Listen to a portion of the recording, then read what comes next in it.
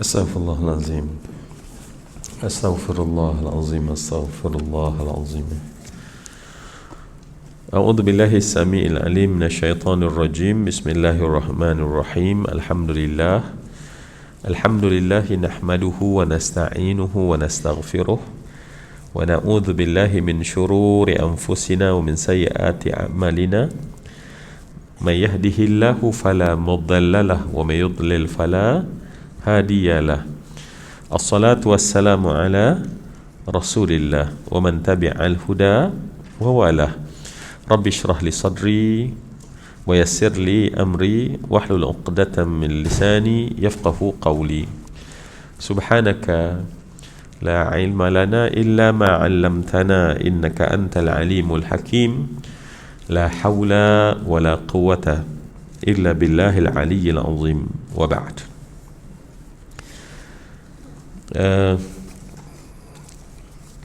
Kita pada ayat yang ke-196. Kita baca dulu, nanti kita bincangkan ini insya-Allah. A'udzubillahi minasyaitonirrajim.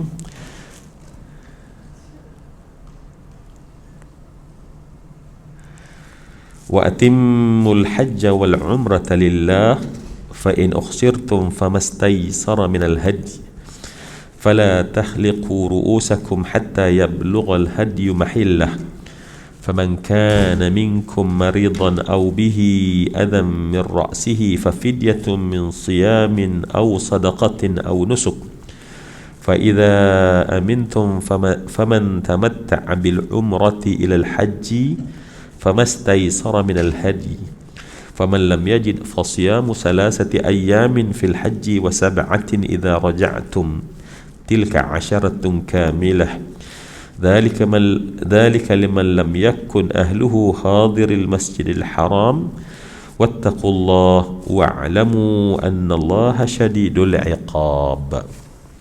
Sadaqallahul azim. Baik, alhamdulillah, pertama sekali saya ucapkan terima kasih kepada pihak masjid kita yang sentiasa baik, bermurah hati, menyediakan ruang yang selesa di Masjid Negeri Shah Alam ini. Seterusnya pada semua rakan-rakan saya lah yang hadir awal pagi hari ini, dan alhamdulillah saya syukurlah jarang dapat pada 8.30 tu ada di kursi ni kan. Jadi bila dapat tu punya nikmat dia lain. Jadi dapat satu nikmat hari ni, bukan sekadar datang ke majlis ilmu, tetapi dapat datang awal. Syukur, alhamdulillah. Dan insya-Allah kita akan berbincang. Cuma mungkin saya nanti 9.30 saya kena Kelangkawi sebenarnya, so nak naik flight. Jadi, dan saya fikir mula-mulanya macam nak bagi tahu juga tak sempat kot, nak selesa lagi tak sempat kot, tapi sebab minggu depan rasanya saya umrah ya, jadi umrah, jadi mungkin Ramadan kita ada kelas ke Ramadan ada, jadi mungkin Ramadan jumpa, jadi saya kira tak apalah. Alhamdulillah, saya syukur pada Allah dapat bersama dengan semua rakan-rakan saya di sini, dan semoga pertemuan kita pada pagi hari ini, kita tahu bahawa duduk kita, saya suka ingatkan bahawa duduk kita tak sama dengan duduk kita di mana-mana pun ya. Duduknya samalah ya, duduk memang perbuatan duduk macam ni lah kan, takkan lain pula kan. Jadi duduk kita di mana? Di kedai, duduk di restoran, duduk di taman, tak sama dengan duduk kita sekarang. Walaupun sama je, duduk dan kita pun fokus, dan kita dengar dan kita fokus ya. Dengar dan fokus. Tu je perbuatan dia kan. Kan Nabi sebut dalam hadis yang saya suka mengulangnya ya. Abi Zar berkata, qala li Rasulullah sallallahu alaihi wasallam, ya Aba Dharrin, la anta ghadwa fata'allama ayatan min kitabillah khairun min mi'ati raka'atin wala an taghduwa fata'allama baban min al-ilm umila bihi aw lam yu'mal khairun min alfi raka'atin. Ya, hadis dalam Sunan Ibnu Majah. Apa kata Nabi sallallahu alaihi wasallam? Abu Zar, wahai Abu Zar, engkau pergi dan engkau belajar satu ayat daripada kitab Allah, itu lebih baik daripada solat sunat seseorang sejumlah 100 rakaat. Duduk ya. Fata'allama, maka engkau mempelajari baban, ayatan, satu ayat daripada kitab Allah. Maka pahala kita ni rupanya duduk, tetapi malaikat tulis pahala lebih baik dari solat sunat 100 rakaat. Kemudian Nabi melanjutkan lagi, fata'allama baban minal ilm, fata'allama baban minal ilm umila bihi aw lam yu'mal. Engkau belajar satu bab daripada ilmu, sama ada nanti kamu amal atau kamu tak amal, maka khairun min alfi raka'atin, khairun min alfi raka'atin, lebih baik daripada 1000 rakaat. Tak syukur ke? Allah, syukur ya, syukur ya Allah. Tapi saya tengok macam tuan-tuan okey je ya, tak terkejut pun. Mungkin tuan-tuan kata, well, kami sekadar 1000 rakaat tu kacang saja kan.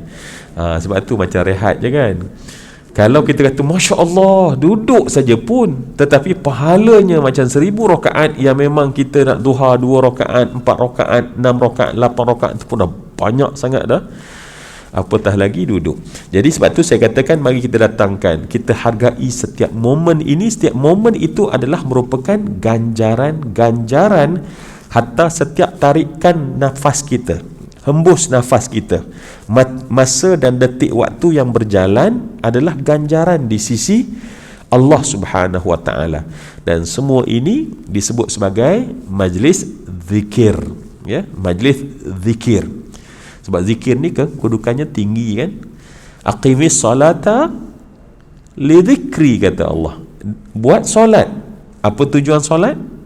Untuk ingat aku, kata Allah. Jadi insya-Allah kita harap kita semua dapat berbincang dalam batas masa yang ada ini, dan yang penting kita dapat faham apa yang kita sama bincangkan. Yang kedua adalah mendapat ganjaran di sisi Allah. Dan sebab itulah sekali lagi kita mula-mula duduk saja kita akan baca subhanaka la ilma lana illa ma 'allamtana. Apa maknanya? Maha suci Allah. Apa maksud maha suci Allah yang kita bincang dulu? Maha suci Allah dari sebarang perkara yang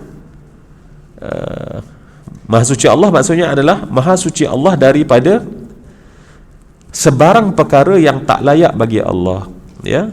Jadi maha suci Allah bermaksud tanzihun amma la yaliqu li'azamatillah. Kita tasbih dulu dalam masuk dalam kelas, kita tasbih dulu. Maknanya sebab kita nak duduk ni fata'allama baban ataupun fata'allama ayatan. Kita nak mempelajari ayat, kita nak mempelajari bab, kita mesti tasbih terlebih dahulu. Tasbih menyucikan Allah terlebih dahulu daripada perkara yang tak layak bagi Allah. Bahawa kita kata la ilma lana, ya, tidak ada ilmu bagi kami illa ma, melainkan apa yang kau ajar. Jadi sebab tu kalau kita dapat ilmu, bukan sebab orang yang duduk di atas kursi ini yang memberi ilmu, Allah yang beri ilmu. Dan kalau tak dapat, mungkin kelemahan saya lah, sebab tak pandai nak tegang, tak pandai nak menjelaskan, ya. Doalah, jadi kena doa banyak supaya Allah bagi kita, tambahkan ilmu. Kan kita baca doa sentiasa, Allahumma inni as'aluka ilman nafi'a wa rizqan tayyiba wa amalan mutaqabbala. Dan kita minta jauh daripada Allah, Allahumma inni a'udzubika min ilmin la yanfa' wa min qalbin la yakhsha' wa min nafsin la tashba' wa min da'watin la yustajabu laha. Jadi bergabung dua tu, memang kita nak betul-betul ilmu pada pagi hari ini insya-Allah. Baik. Hari ini insya-Allah kita menyambung, ya, kita menyambung dalam kita menyambung, kita masih ingat bahawa kebanyakan apa yang disentuh di sini ada kaitan dengan apa yang berlaku pada tahun ke-6. Terima kasih. Tahun ke-6 daripada hijrah Nabi. Ya, ingat, tahun ke-6 berlakunya perjanjian Hudaibiyah. Dalam Quran cerita tentang Bai'atur Ridwan. So berlaku pada masa itu. Kemudian itu tahun ke-6. Tahun ke-7 apa yang berlaku? Umrah Qadha. Tahun ke-8 apa yang berlaku? Tahun ke-8 Futuh Makkah. Rasulullah menakluki kota Makkah. Ya, setelah orang kafir Quraisy yang menulis perjanjian, mereka itu melanggar perjanjian. Bagaimana cara mereka melanggar perjanjian? Dengan mereka menyerang proksi orang Islam. Sebab dalam perjanjian tu dia ada proksi Islam, ada proksi orang Quraisy. Dan mereka telah menyerang proksi orang Islam, maka dengan sendiri perjanjian tersebut terbatal. Maka tahun ke-8 Nabi SAW menakluki kota Makkah, terkenal dengan peristiwa Futuh Makkah. Ya, pada tahun ke-9 berlaku perang Tabuk, perang terakhir Rasulullah. Kalau kita baca sebelum ingat dah, kita baca tentang perintah pertama yang pertama kali Nabi berperang. Masihkah kau ingat? Alhamdulillah, ya, masih ingat. Jadi kita tahu bahawa pada tahun pertama hijrah lagi Allah telah memerintahkan Nabi untuk berperang. So pada tahun ke-9 last Nabi berperang. Pada tahun ke-10 maka berlakulah haji wada, haji perpisahan. Kan kemudian Rasulullah intiqal ila rafiqil a'la.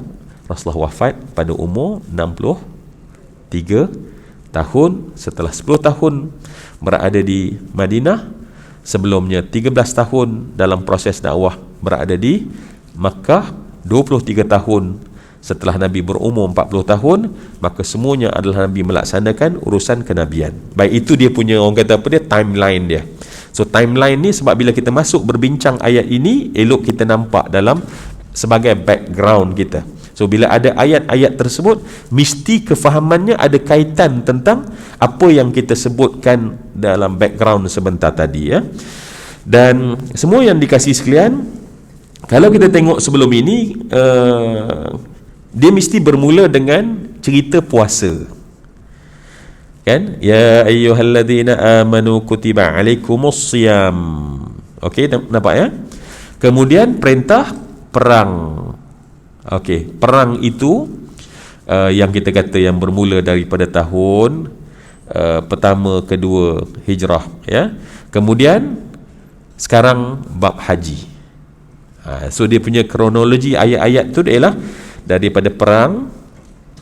Dan kalau lebih detail kita akan dapati bahawa, dan sebab itulah kalau kita lebih detail lagi, apa saja daripada ayat ya ayyuhallazina amanu kutiba alaikumusiyam sampailah pada hari ini ayat tentang haji, dan kita akan dapati pecah-pecah dia tu semuanya adalah tentang, ya, di sana ada cerita tentang qisas. Ingat tak dalam tu yang kita bincang ada bab qisas, ada bab apa lagi,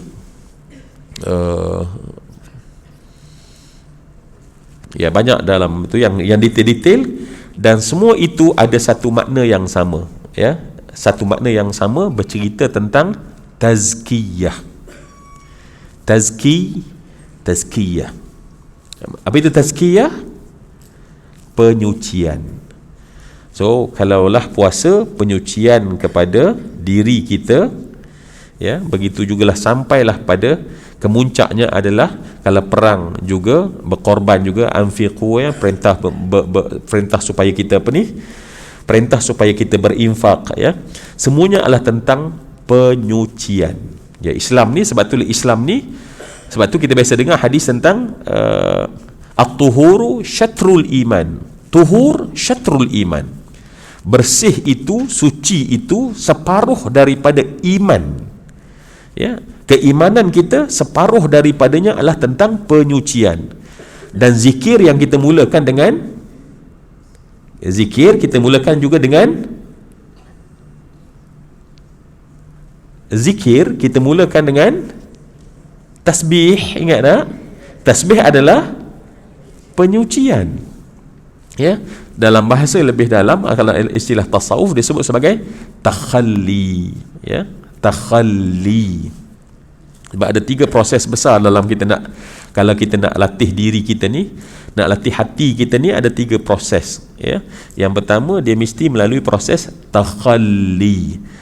Dan apa yang kita pelajari ni sebenarnya adalah untuk takhalli, menyucikan, membersihkan, tazkiyatul nafas, tazkiyatul mal, tazkiyatul aqal. Ya, penyucian sebenarnya. Dia sebenarnya adalah tentang penyucian. Sebab syurga tu terlampau bersih, tak boleh masuk orang yang kotor. Jadi sebab tu Islam ni membersihkan kita, sebab matlamatnya adalah untuk kita akan mendapat redha Allah, lantas Allah layak masukkan kita dalam syurga. Tu dia punya cerita dia lah, dia punya kaitan, ataupun kalau kita nak menulis skrip secara sempurna. Ya, yang kedua lepas takhalli adalah tahalli. Dia sebut tahalli. Tahalli maknanya adalah memasukkan pula. So kita bukan hanya remove, tetapi mesti ada replace. Ya, mesti ada proses itu. Utama ialah proses remove. Sebab tu Ramadan adalah the best masa untuk kita buat proses remove dosa, remove mazmumah, remove benda ni. Sebab benda tu duk terikat dengan hati kita, dengan perasaan kita. Ya, nak buang satu sifat mazmumah, Allahu Akbar, susah sangat-sangat amat. Nak buang rasa sombong, nak buang rasa hasad, ya, nak buang itu sebenarnya, cuma kita tak rasa nak buang sebab kita tak nampak. Saya okey, I tak ada hasad pun, I tak ada riak pun, I tak ada. Sebab kita tak suluh dengan ilmu. Sebab itulah saya selalu sebut kata-kata siapa? Abu Hasyam As-Sazili, man lam yataghalghal bihadhihi al-ulum mata musirran 'alal kaba'ir wa huwa la ya'lam. Orang yang kalau dia tak masak dengan ilmu yang menyuluh tentang hati itu, nanti dia akan mati dalam keadaan dosa besar, sedang dia tidak tahu. Tak tahu dia ada kibir rupanya, tak tahu dia ada hasad, ya, tak tahu dia ada su'uzan. Su'uzan itu semua dosa besar yang masuk menyebabkan kita membuat sangkaan-sangkaan terhadap orang lain yang mendatangkan kedosaan. Itu hati kita. Sebab tu kena ikhlak, kena buang benda tu. Ya. So yang pertama takhalli, yang kedua tahalli, yang ketiga tajalli. Praktik zikirnya ada pada 3 zikir yang lazim kita buat. Dia praktik dia tu. Idea dia, ingat, takhalli, tahalli, tajalli. Takhalli kosong, tahalli isi, tajalli itu maknanya serlah, penyerlahan. Ya, baik. Dalam praktik zikir berlaku pada apa? 3 zikir yang kita disuruh oleh Nabi SAW. Apa dia? Yang pertama tasbih, yang kedua isi tahmid. Tahmid adalah isi, tahmid. Tasbih adalah dia mengosongkan, maknanya kita membersihkan dengan perkara yang tak layak bagi Allah. Maka dengan sebab itu dia membersihkan hati kita. Kemudian kita tahalli, isi dengan pujian. Sebab hati ni nak positif, dia kena isi dengan pujian. Bila kita sentiasa memuji, maka kita nampak baiknya Allah, nampak hebatnya Allah, rahmatnya Allah. Lepas tu dia akan pergi kepada manusia pula, dia akan nampak baik manusia. Ya. Tapi kalau kita ni jenis sikit saja pujian, kita tak nampak kebaikan. Hatta mak kita punya kebaikan pun kita tak nampak.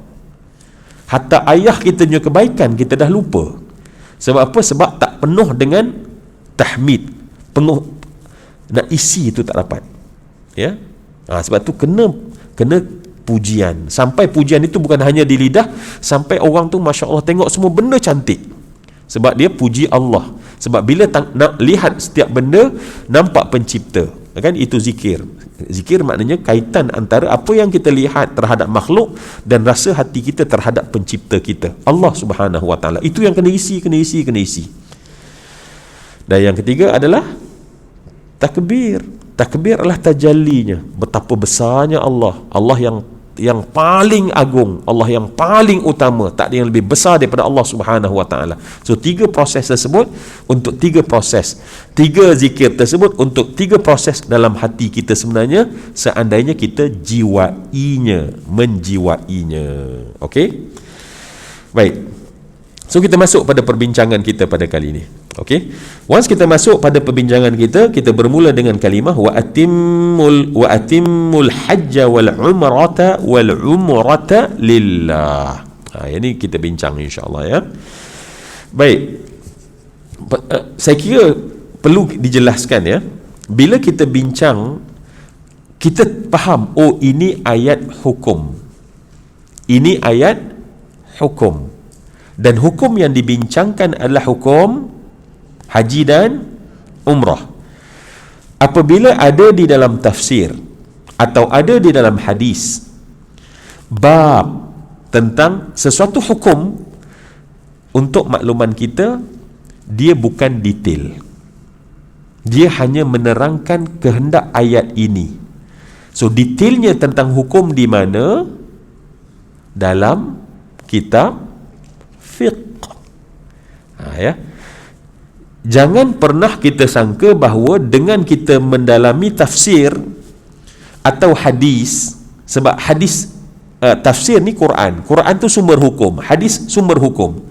Dengan kita lalu ayatnya atau lalu satu hadisnya, yang kita lalu secara orang kata daripada ayat ke ayat, maka pada ketika itu kita akan rasa bahawa kita boleh mahir dalam bidang hukum. Ni kena orang kata kena buat catatan, ingatan. Sebab orang kat sekarang-kadang dia mengaji tafsir, dia sangka dengan mengaji tafsir dia boleh faham tentang hukum. Kita boleh tahu secara general, tetapi untuk tahu bab hukum haji dan umrah mesti mengaji hukum fiqh. Ya. Kita mengaji hadis bab katalah haji dan umrah, tetapi nak tahu detail mesti mengaji pada ilmu fiqh. Ya, kat sini yang mungkin manusia tersilap faham. Dia sangka bahawa kita ambil je tafsir, ambil je hadis, kita boleh mahir bab hukum. Hukum ni dia punya dia punya apa nak kata ya? Dia punya menetapkan hukum itu mesti seorang mujtahid. Jadi kalau seorang itu tidak seorang mujtahid ya, orang yang punya keupayaan untuk berijtihad, maka kita tidak boleh mengambil hukum daripadanya. Zaman sekarang ni yang bahaya kan? Ni yang berlaku masalah pada hari ni. Kita baca tafsir dan kita pun buat hukum sendiri. Baca hadis, kita lupa bahawa hadis itu keluar hukum keluar daripada ulama fiqh. Yang ni yang banyak saya sebutkan, yang kita ingatkan, manusia terlepas pandang. Sebab memanglah sumbernya Quran dan hadis, tetapi Quran dan hadis dia ada dia punya beberapa ilmu alat yang lain yang biasanya dimahiri oleh ulama fiqh. Sebab saya sedang nak masuk bab haji ni. So bila kita masuk bab haji, dan dalam konteks pertama kita kena, kalau kita nak mendalami, bukan ayat ini boleh menjadikan kita dalam secara detail tentang pelaksanaan haji dan umrah. Nak dalam kat mana? Ulama fiqh. Dalam negeri kita, negara kita adanya kemudian para mufti. Tu dia punya apa dia? Nak cara yang betul. Masuklah ilmu dengan cara yang betul. Kita tak panjat ikut atap, masuk dalam dan dapat ilmu. Kita tak panjat ikut tingkap. Ada pintu walaupun bunyi bising. Kesian orang sana kan, banyak pahala sebab kedegang kan. Kami jauh sikit-sikit je dengar kan. Tak terganggu pun. Baik. Yang ketiga, kalau di Malaysia, konteks Malaysia, yang mahir tentang haji ialah ahli-ahli di tabung haji lah. Sebab mereka ada muzakarah tahunan yang membincangkan tentang hukum hakam. Jadi kalau kita nak tahu, maka merendahlah diri kepada mereka ini. Jangan duk mengaji lepas ni, kita pegang dan kita mula jadi kahking tahu? Tak tahu kahking ni maknanya Masya Allah, orang lain semua tak betul, kita seorang betul. So, kita merendahlah kepada ulama fiqh. Tanyalah ulama fiqh. Ulama fiqh akan bincangkan. Ya, even dalam kitab ini pun dia akan menyebut, even dalam syarah syarah apa ni? Jalalain ini pun dia akan menyebut pendapat-pendapat fiqh. Maknanya dia bukan membuat hukum berdasarkan kepada apa yang didapat dalam tafsir saja, tetapi apa ulama fiqh. Itu pun sekadar untuk kita memahami maksud konteks ayat sahaja, supaya memahami konteks ayat dan jangan tersalah. Tengok pintu dua-dua terbuka. Nak ceritanya kan. Baik. Pelan pula. Okey, baik. So siapa tadi yang pertama? Kalau kita nak tanya tentang hukum, tanyalah pada para fuqaha, orang yang arif dalam bidang fiqh. Sebab tu para mufti biasanya background dia ialah mereka yang alim dalam bidang fiqh. Dia tahu bagaimana ulama-ulama fiqh mengeluarkan hukum. Ulama-ulama fiqh mengeluarkan hukum yang kadang-kadang orang lain tak tahu bagaimana dia mengeluarkan hukum. Ini yang berlaku dalam kisah Yahya ibn Ma'in, Imam Ahmad contohnya kan. Orang tanya hukum, dia tak boleh nak jawab. Dia tanya pada Imam Ahmad jawab. Jadi sahabat Imam Ahmad tanya, macam mana kau boleh jawab? Aku dapat daripada hadis yang kau baca. Yang ni ulama hadis, yang ni ulama fiqh. Jadi ulama hadis dia tak boleh nak terbitkan hukum walaupun dia hafal. Tetapi hadis yang diambil oleh ulama hadis tadi, bila sampai pada ulama fiqh dia relatekan dengan semua kefahaman, dikeluarkan satu hukum. Ya. Jadi itulah benda simple yang patutnya menjadi asas kefahaman supaya kita tak salah tanya. Sebab Allah kata fasalu ahlan zikri, tanya orang yang betul. Okey, itu sebagai mukadimah yang saya kira perlu. Sebab fitnah yang berlaku di akhir zaman itu yang kebanyakan berpunca daripada kita ingat ilmu ini pakai cover dengan satu alat boleh jawab semua masalah. Kalau macam tu tidak adalah perlu disiplin ilmu. Kita kena buang semua disiplin ilmu yang ada sejak zaman Nabi, zaman sahabat tabi'in, tinggal satu je kita pakai. Macam sebab tu saya suka misalkan bila kereta kita rosak kan, kita jumpa siapa? Mekanik. Saya panggil pomen. Orang kampung ya. Orang Shah Alam kata mekanik. Okey. Kita tak pergi jumpa doktor kan? Apa salahnya? Dia kan mahir juga kan? Boleh kan? Dia pun ada apa yang kat telinga tu. Sebab dia punya pengkhususan dia lain ya. Nampak tak? Kat situ pun kita dah tahu dah. Oh okey, masalah ini kita mesti tanya orang ini. Walaupun doktor tu pakar sangat bedah, tapi jangan tanya tentang piston. Nanti dia buat teori pasal jantung, dikaitkan dengan piston kereta kita, dan dia buat jawapan, agaknya selesaikan masalah, makin bertambah masalah. Okey, sekarang alhamdulillah kita dah jumpa mekanik. Bila kita jumpa mekanik ya, untuk makluman, ni muslimah mungkin tak tahu sebab dia orang tak berapa tahu sangat pasal kereta. Bukan nak mengecikkan, tengok dah kecil hati dah, masya-Allah ya. Kan? Muslimah ni kadang-kadang ya Allah, belum lagi naik je dah gelabah dah kan, masya-Allah. Dah berhenti tepi jalan takut tak sampai. Berapa kilometer? 5 kilometer lagi kat depan ada satu petrol pump. Dah berhenti dah takut habis, berhenti di tengah jalan. Yang dipanggil siapa? Tuan Haji inilah yang akan pergi insya-Allah kan. Tak apalah, itu cerita best lah. Itu yang best rumah tangga kan. Kalau semua power perempuan macam lelaki, orang lelaki memang tak adalah di dunia ini dah. Kena cari pendek marih pula untuk duduk kan. Untuk makluman untuk makluman, sebab semua ni tak pergi ke kedai, ke mekanik, ke workshop. Untuk makluman, mekanik tu dia ada satu alat je untuk buka enjin. Dia ada spana bunga. Spana bunga. Sebesar-besar kedai mekanik tu, dia ada satu spana bunga je untuk dia buka enjin. Kan muslimah kan? Okey, saya nak tanya Tuan Haji, tak tanya. Betul tak Tuan Haji? Tak betul. Kenapa tak betul? Sebab mesti banyak alat. Bukan sekadar dia mahir, tetapi dia mesti mahir menggunakan alat. Hari ini orang tu, katalah manusia ni, dia ada satu je alat, dia memang mahir pakai spana bunga, dan dia nak buka enjin, dia pun buka, beberapa skru memang masuk, setengah skru tak ada, sebab dia kena pakai pelayar pula, dia kena pakai Allen key pula. Nampak tak apa yang berlaku? Maka akhirnya disalahkan enjin ni tak tahulah macam mana. Nampak tak? Sebab itu ini contoh analogi tentang luasnya ilmu Islam, adanya ahli dan adanya alat untuk membuka setiap. Dan untuk bidang ilmu fiqh, dia mesti tanya pada ulama fiqh. Kalau kita nak tanya tentang zikir, tanya tentang ulama yang memang membahaskan tentang zikir. Tapi kalau kita tanya kepada orang yang salah, jawapannya juga salah macam tadi. Ya? Jadi sebab itu benda prinsip paling asas dalam ilmu. Sebab tu dalam ilmu Islam ada ilmu tauhid. Apa ilmu lagi? Tolong saya. Jadi kalau kita ada masalah tentang tauhid, tanya ulama tauhid. Kita tengok bagaimana kupasan dia, bagaimana perbahasan dia. Lagi apa lagi? Tolong saya. Ilmu fiqh. Lagi? Tasawuf. Lagi? Tafsir kita belajar ni. Lagi? Hadis. Lagi? Bahasa, lughah. Baik, itu adalah contoh-contoh cabang. Itu belum falak lagi, belum lagi bab muamalah lagi, ya, fiqh pula pecah pula, fiqh pula.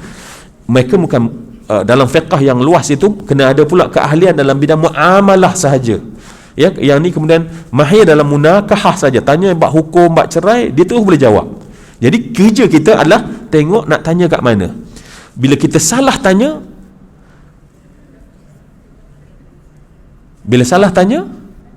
bersedialah untuk salah jawapan. Sebab saya tulis dalam buku saya dulu, U-turn, saya kata jangan bertanya kepada kejahilan sebab dia menjawab. Itu masalah dia.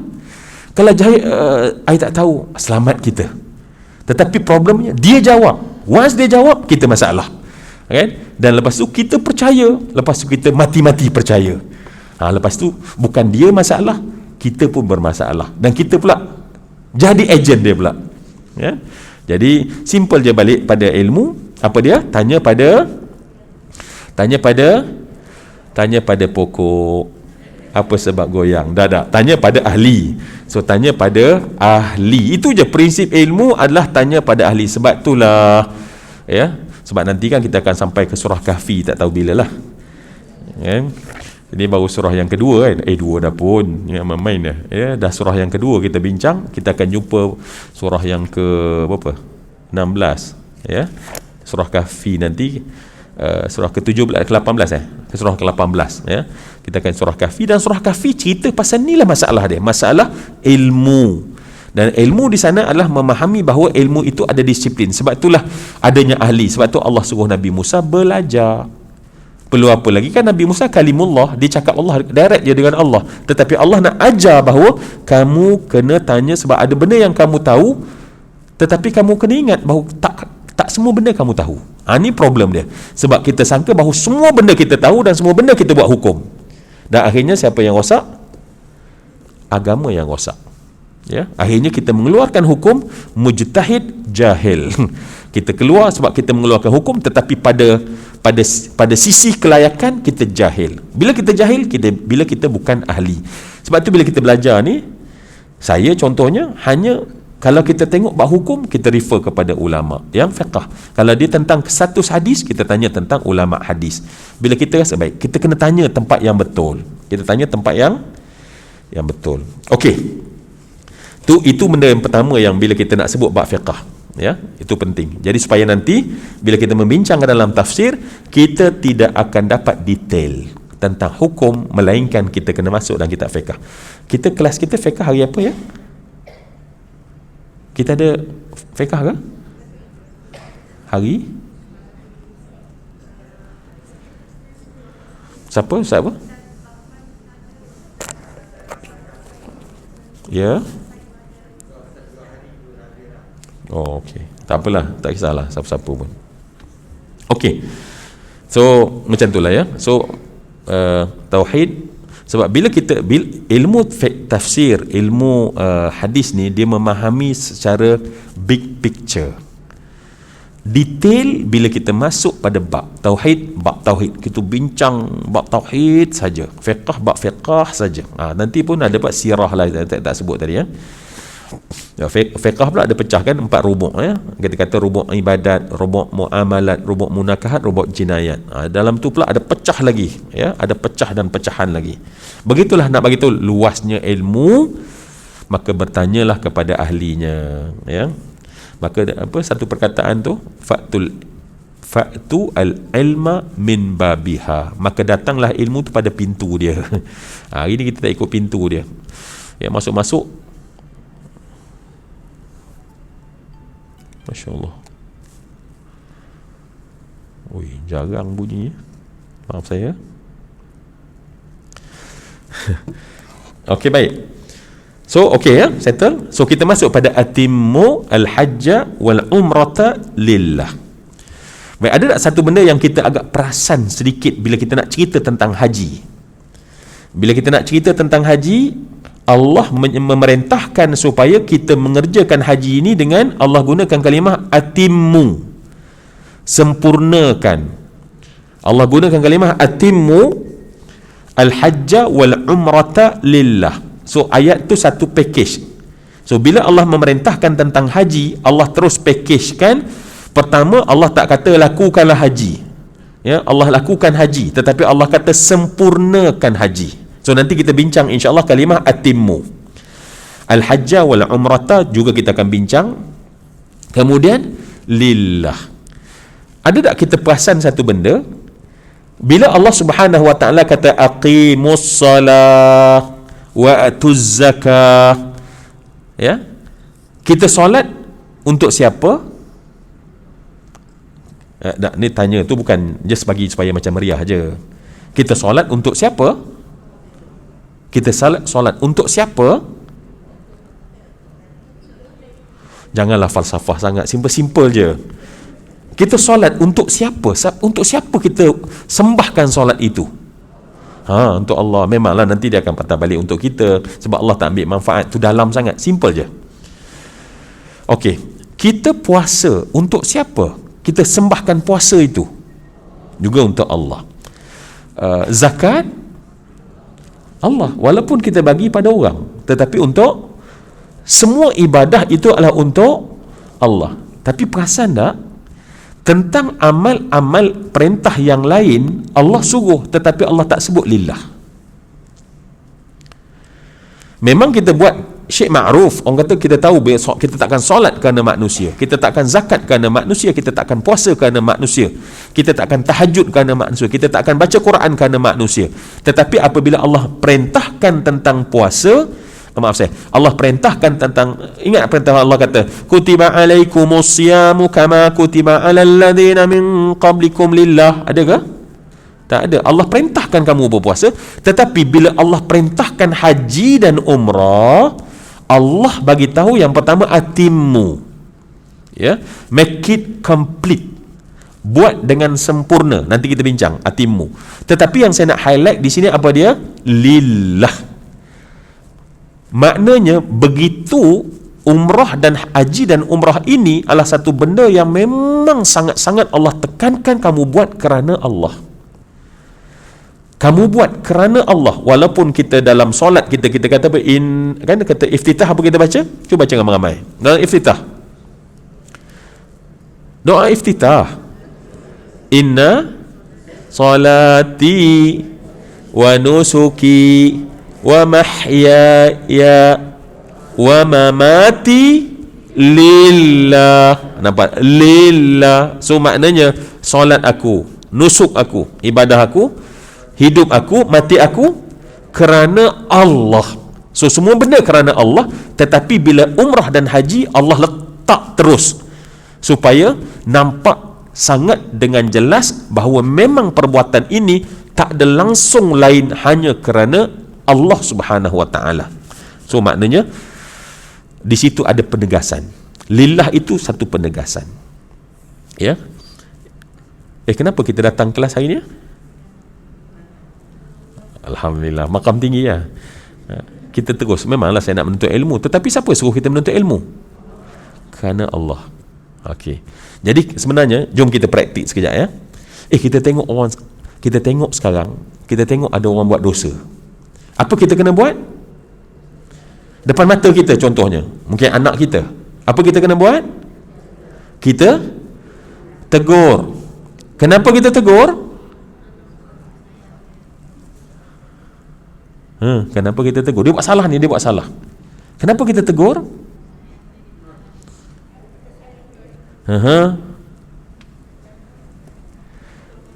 Sebab kerana Allah.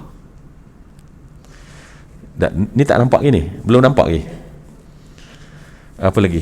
Kita nak ajak orang buat baik. Kenapa? Sebenarnya kerana Allah suruh kita buat, maka kita buat.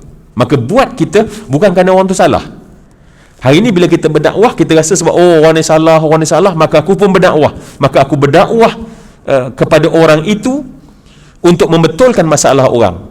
Sebenarnya yang lebih tepat adalah kenapa? Sebab rupanya dengan sebab depan kita Allah jadikan masalah, maka Allah Subhanahu Wa Taala akan redha pada kita, sayang pada kita, maka kita buat kerja itu bukan kerana orang itu, tetapi kerana Allah itu. Jadi lillah ni dalam sangat makna dia. Lillah ni dalam sangat. Sehingga akhirnya kita faham bahawa ibadah hidup kita adalah untuk Allah. Sampai kita leburkan semuanya adalah untuk Allah. Ingat ya, sebab ibadah ni kadang-kadang berlaku macam ni. Sejuk kan? Dia orang sejuk tak? Sejuk ke tak? Saya rasa sejuk. Haji, okey tak? Oh, nanti saya nak duduk level-level atas sikit lah ya. Kat sini sejuk lah. Okey. Baik. Allah Akbar. Apa tadi nak tanya ni? Lupa dah. Apa dia? Allahumma salli alaihi wasallam. Okey. Ibadah dia ada satu prinsip. Sebab bila kita beribadah, saya nak tanya tuan-tuan, sorry ya, saya nak tanya betul-betul, suka tak datang sini ni? Janganlah kan ambil hati saya, cakap betul-betul. Kan tak suka kan, mula kan kecil hati pula ustaz, left group pula kan. Okey. Tak, kita suka tak? Alhamdulillah. Ya, kita solat, kita suka tak? Baik. Dalam ibadah, ya, dalam ibadah, makna nombor satu adalah kita buat bukan kerana kita suka, tetapi kerana Allah suka. So, bila kita buat kerana Allah suka, itu benda nombor satu tentang ibadah. Sebab kadang-kadang contoh ya. Contoh apa lagi nak contoh ya? Okey ya, apa ya? Okey. Cuba just kita bincang anak beranak, tolong ya, jangan rasa macam ni ceramah ajalah. Kan ada. Okey, katalah tuan-tuan, hari ni tolong bagi tahu saya benda yang kita rasa paling utama nak buat. Just bagi tahu je. Yang kita nak buat.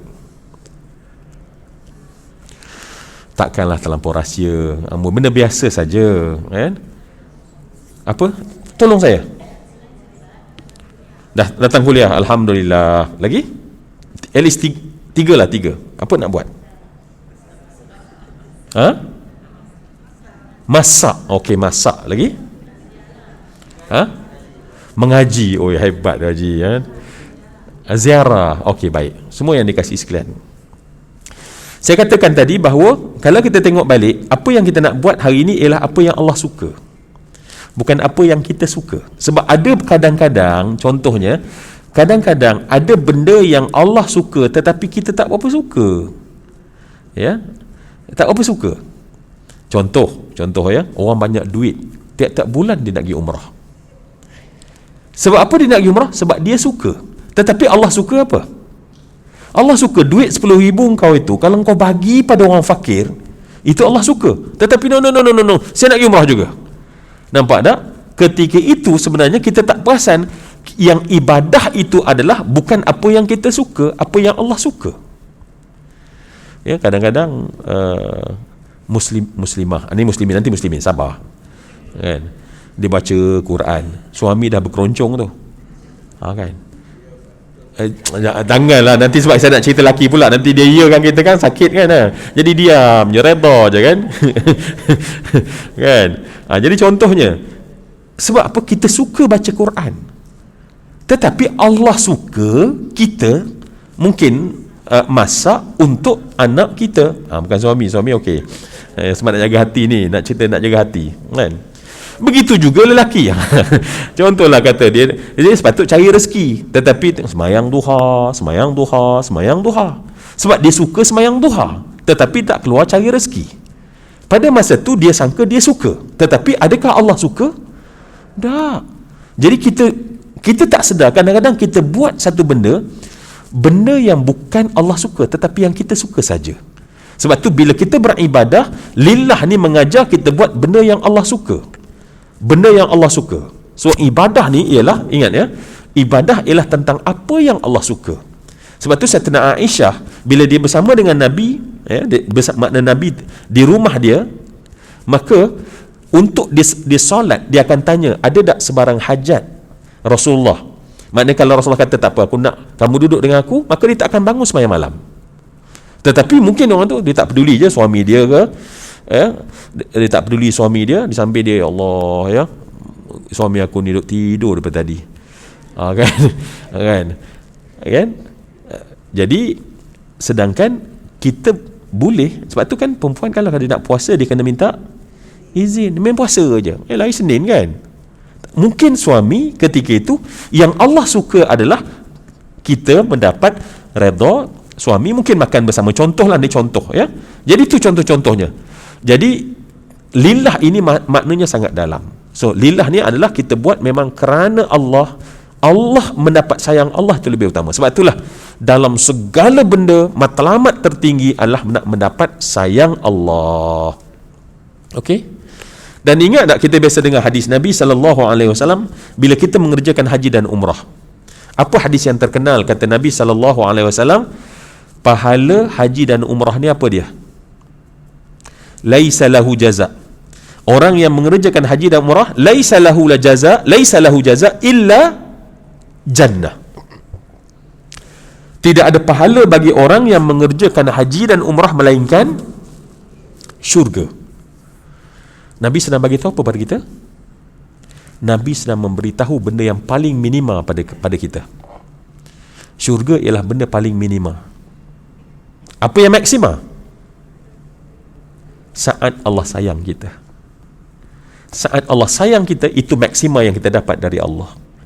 Syurga tu seolah satu benda, satu gambaran nak menunjukkan kalau kamu buat ni, kamu akan dapat ini. Tetapi yang lebih tinggi daripada itu, yang tak tergambar, yang tak terucap adalah bila kita faham lillah, kita nak dapat umrah, kita haji dan umrah sebab kita nak mendapat redha Allah, kita nak dapat sayang Allah, kita nak dapat perhatian Allah, kita nak dapat kasih sayang Allah Subhanahu Wa Taala.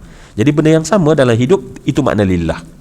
Lillah bila kita nak buat, kita akan tanya Allah Subhanahu Wa Taala, Allah sayang tak benda ni? Allah suka tak benda ni? Allah sayang tak aku buat benda ni? Atau benda lain Allah lebih suka. Sebab itulah Dr. Yusuf Qaradawi ditulis fiqh aulawiyat. Dalam fiqh aulawiyat dia ceritakan isu contohnya yang macam tadi tu ya.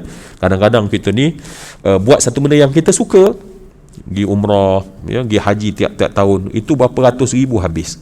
Sedangkan Allah lebih suka tengok ada jiran-jiran yang kelaparan ya, kita bagi. Tetapi kan kita tak suka.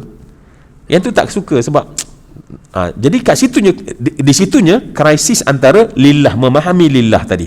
So kalau kita memahami benar-benar lillah, so memang kita akan, apa yang Allah suka, aku serah pada Allah Subhanahu Wa Taala. Baik. Semua yang dikasih, jom kita masuk. So ingat ya, wa atimmul hajja wal umrata lillah.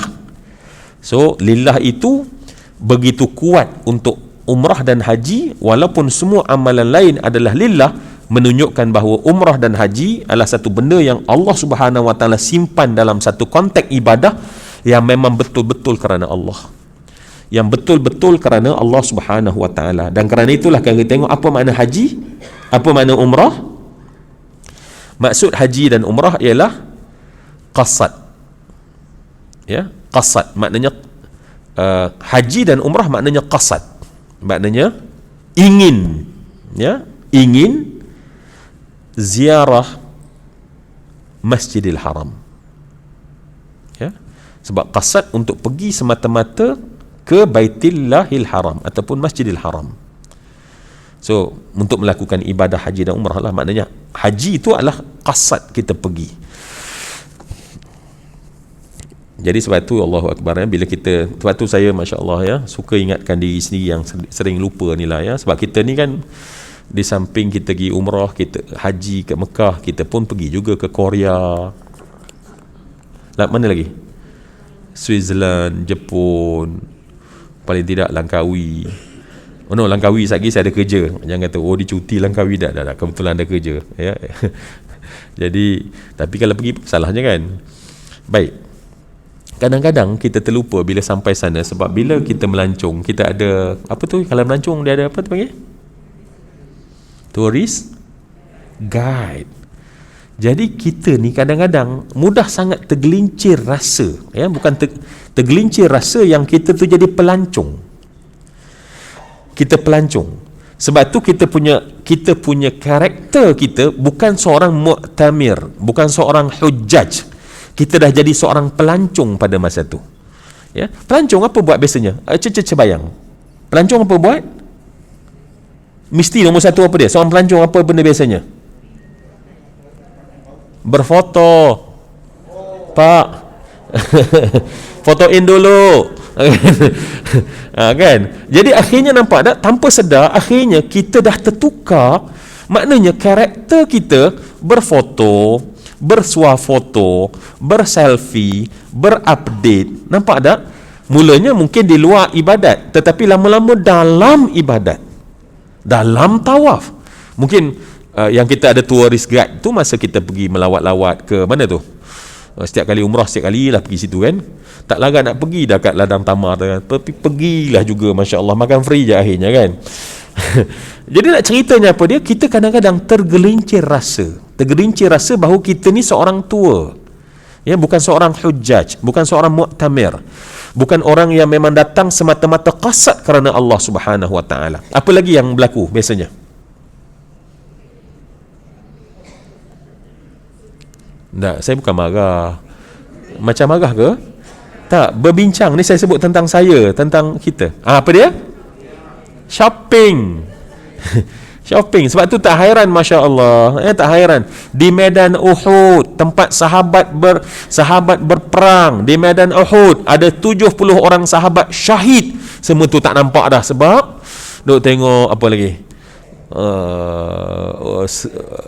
khamsa riyal, jubah haji. Dia tengok kita pun sekarang ni katanya, ya, dia dah tahu apa yang kat sini trend, kat sini trending kat sana. Baru ni dia orang kata mana-mana rancak, kat sana pun dah mana-mana rancak hajar, sini rancak, sana rancak, mana-mana rancak pun dia dah buat dah, tuan-tuan. Masya Allah, power sungguh. Jadi dia orang punya marketing tool, dia punya apa ni, dia punya pitching marketing dia memanglah tangkap sungguh. Malaysia bagus. Malaysia kaya, banyak duit, boleh beli, kita pun belilah, kena puji. Nampak tak? Dan nak ceritanya adalah kenapa yang kita katakan maksud kita tu kadang-kadang tergelincir dan lari. Sebab tu kadang-kadang tak sabar nak keluar. Kenapa nak keluar daripada masjid? Sebab nak kena cepat, sebab jual yang kat kaki lima. Kita ni kalau kat Shah Alam orang jual kat kaki lima, sah-sah takkan pernah beli. Tapi kat sana, ya Allah, sebab kita punya atmosfer tu dah jadi macam seorang turis, pelancong, ya, antaranya shopping. Masya Allah, tu ya jadi teruja sangat, teruja yang tak tahu kenapa, kan? Lepas tu yang bestnya beli, lepas tu punya made in China. Kan? Ataupun kalau ada pun Republic Saudi tu sebenarnya memang buatnya dari China. Sebenarnya sebab tu saya sebutlah, bukan tak boleh, please janganlah tengok kecil hati dengan saya kan. Boleh, tetapi memang dia orang buat mall besar. Itu bukan kerana ibadah, untuk makluman kita. Yang buat mall besar di sana itu bukan tuntutan ibadah. Dia adalah untuk purpose ekonomi, ya. Dan sebab itulah gedung-gedung besar, Masya Allah, jadi manusia. Dan akhirnya cuba bayang, yang kata lillah, yang kita kata atimmul hajja wal umrata lillah, makin sirna orang kata. Tak berapa nampak sangat dah. Sebab sama je. Kalau kita tengok gambar kita masa kita pergi Korea, sama umrah, sama je. Cuma setengah daripada gambar tu ada pakai baju yang macam flat sikit, dia macam nampak badan kan. Itu je beza dengan gambar Korea tadi. Kan? Yang ni pakai tu labuh sikit kan, telekungnya. Yang tu pakai telekung biasa-biasa saja kan. Itu je bezanya.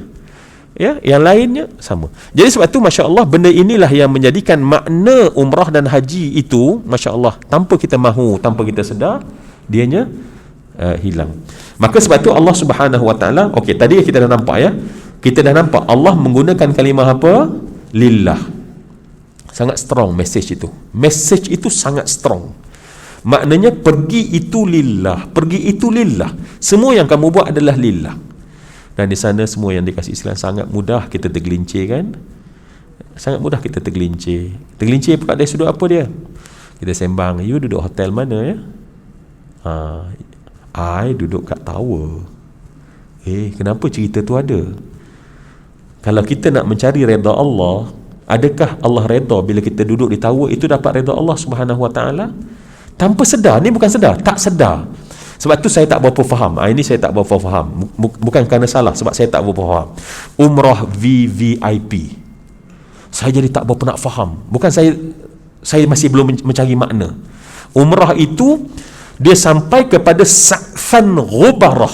Nabi sebut sa'than ghubarah tu maknanya kita tu kusut masai dengan Allah. Tiba-tiba kita highlight VVIP. So kita punya trip ni bro, VIP.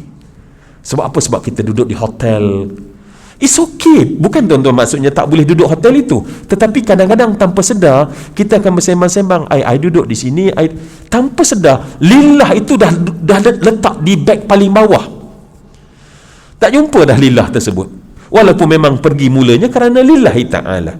Bukan senang kan? Sebab kerana benda itu syaitan boleh mengeksploitasi semua keadaan sampai lillah tadi tidak lagi bold, tidak lagi jelas. Ya. Allahu Akbar. Jadi itu. Kemudian saya mula balik ke depan. Allah gunakan kalimah atimmu. Allah gunakan kalimah wa atimmul hajja. Maka Allah gunakan atimmu. Apa makna atimmu? Mana atimmu? Kita tengok wa atimmul hajja wal umrata lillah. Sebab kita tengok pada dan sempurnakanlah haji dan umrah kerana Allah, ya. Okey. So apa makna atimmu? Atimmu maknanya adalah sempurnakan. Kan?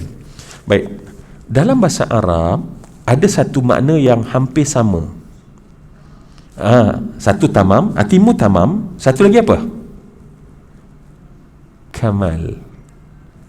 Kamal. Ikmal. Bahasa Arab ikmal. Kadang-kadang kita makan, ikmal, habiskan. Baik, ada dua kalimah yang kita biasa dengar sama makna tetapi ada sedikit perbezaan. Dan kalau kita memahami perbezaan ini, kita akan lebih faham makna atimmul hajja wal umrata lillah. Ya, dan saya harap kita sempat membincangkannya. Baik, biasa tak kita dengar ayat Allah Subhanahu wa taala, al-yauma akmaltu lakum dinakum wa atmamtu alaikum ni'mati wa raditu lakumul islama dinan. Iaitu antara surah yang akhir turun. Ya, surah yang kedua, ayat yang akhir turun. Ayat yang kedua akhir turun. Ada satu lagi ayat yang sebelum Nabi wafat.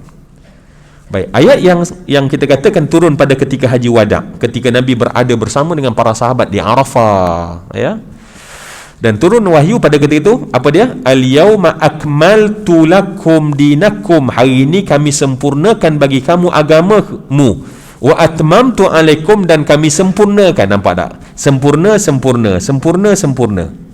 Baik, kenapa dalam ayat ini Allah tak kata wa akmilul hajja wal umrata lillah? Allah tak gunakan kalimah wa akmilu, walaupun kamal, ikmal maknanya adalah sempurna. Tetapi Allah gunakan atimmu, tamam, bermakna sempurna. So, apa beza al-farqu bainal itmam wa ikmal wal kamal? Ke ada yang ni nama Tuan Haji Kamal, untuk kalau saya kena tanya dia secara peribadi kot ya. Sebab nanti marah kan. Ke sini ada nama Kamilah ke? Ada. Jadi kalau ada oh, jadi Masya Allah. Sebab nanti Zul Ramli, you nama Zul, you terang nama you lah. Kamal tanya ni ahli dia. Jadi katanya ada kata ada nama kan. Baik, okeylah supaya saya tengok jam ni pun dah, Allahu Akbar kan. Jadi tuan-tuan, okey, kalau kita tengok ya, sedikit supaya kita memahami makna itmam dan bezanya dengan kamal adalah, kalau kita tengok makna itmam, maknanya adalah ya, kalau kamal ialah haddul aqsa alladhi yasil ilahi syai'. Kamal ni maknanya, kamal apabila sampai satu had penghujung sesuatu perkara. Bila sampai dia punya sampai dia punya, itu namanya kamal, sempurna. Maknanya sampai had yang akhir sekali. So kamal adalah untuk menunjukkan bahawa had yang paling akhir sekali. Maka kalau sampai had akhir sekali, maka disebut sempurna dalam makna kamal. Adapun itmam ni dia adalah sempurna pada ketika itu, tetapi akan ada kaitan dan lanjutan. Sebab tu Allah kata al-yauma akmaltu, maknanya Islam tu dah sempurna. Tetapi nikmat Allah atmamtu, maknanya dah sempurna pada masa itu, tetapi nikmat tersebut akan ada. Jadi Allah tak kata wa akmilul hajja wal umrata, sebab rupanya haji ni, Allahu Rabbi, umrah ini dia ada dia punya next. So next untuk haji dan umrah apa dia? Oh, macam kasar sangat ke? Okey, sekali lagi. Apa? Itulah ya, kadang-kadang tu semangat, bukan marah dah ya. Jangan, muslimah muslimin yang datang ni semuanya masya-Allah halus zikir kan, lembut-lembut ya, masuk jiwa lembut. Tiba Zul Ramli ni kasar, juga segah kan. Okey, sekali lagi. Apakah bukan beza dah kita terbincang tadi. Apakah bagi haji dan umrah tu dia punya next dia apa? Yang paling tinggi pada satu perkataan yang biasa kita sebut apa dia?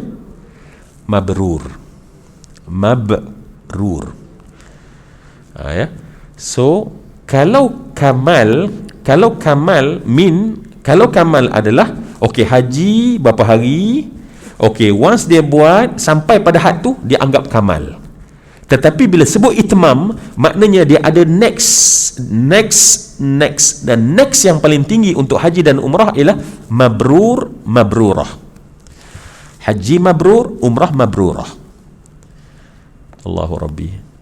So sebab tu Allah gunakan kalimah atimmu ya, atimmu. Dari segi fiqahnya atimmu bermaksud dia mesti ada permulaan. Sebab bila kita kata sempurnakan, mesti ada dia punya permulaan. Takkan tiba-tiba tak ada permulaan, kau sempurnakanlah.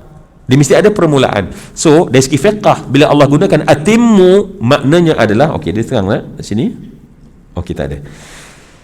Atimmu bermaksud ialah dari sudut fiqh, apabila kamu telah mula mengenakan ihram, kamu memasang niat dan kamu bertalbiyah. Itu maksudnya permulaan untuk itmam. Atimmu, tolong ingat ya, atimmu makna dia tadi adalah yang kita kata next. Tetapi dia mesti ada permulaan. So apa permulaannya? Permulaannya adalah pada niat, pada ihram, pada talbiyah. So sekarang ni kita tak adalah, sebab kita tak memulakan pun.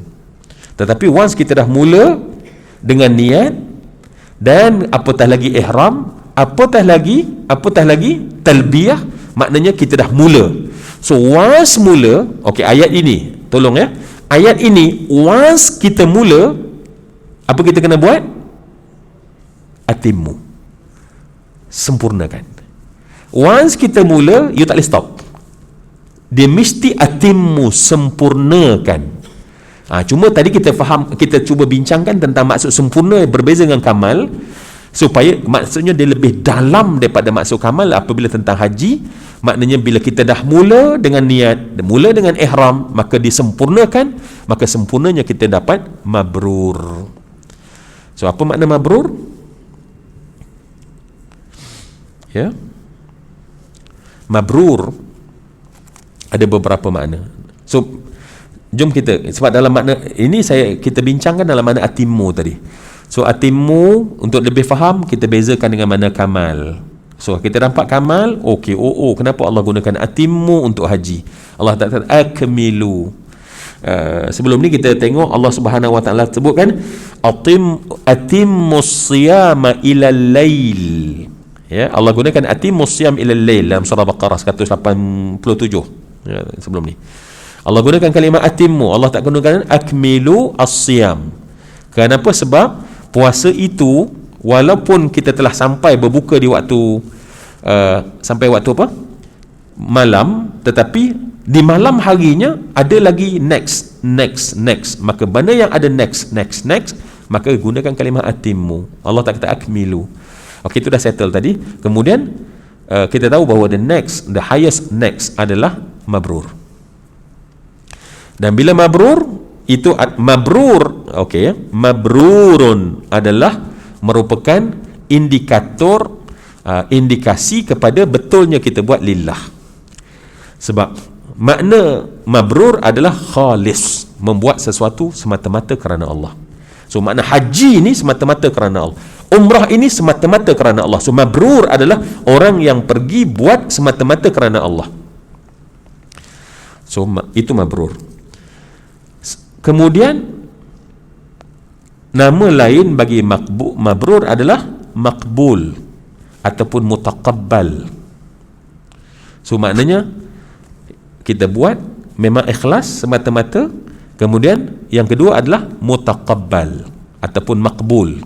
Maknanya kita dah proceed dan Allah terima.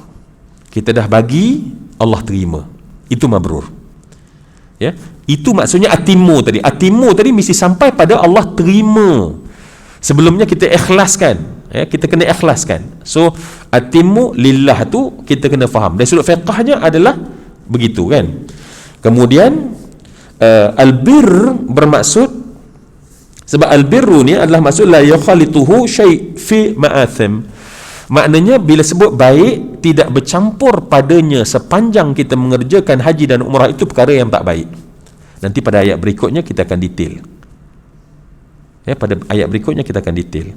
Maknanya dia mesti sepanjang. Maka Allah sebut jangan. Tetapi the bestnya adalah semua benda tersebut kita kena bawa balik. Bukan hanya untuk kita lakonkan dalam tempoh haji dan umrah. Semua itu kita bawa balik. Maka sebab tu mabrur dia jadi lebih panjang pada makna terakhir. Pertama tadi khalis, yang kedua adalah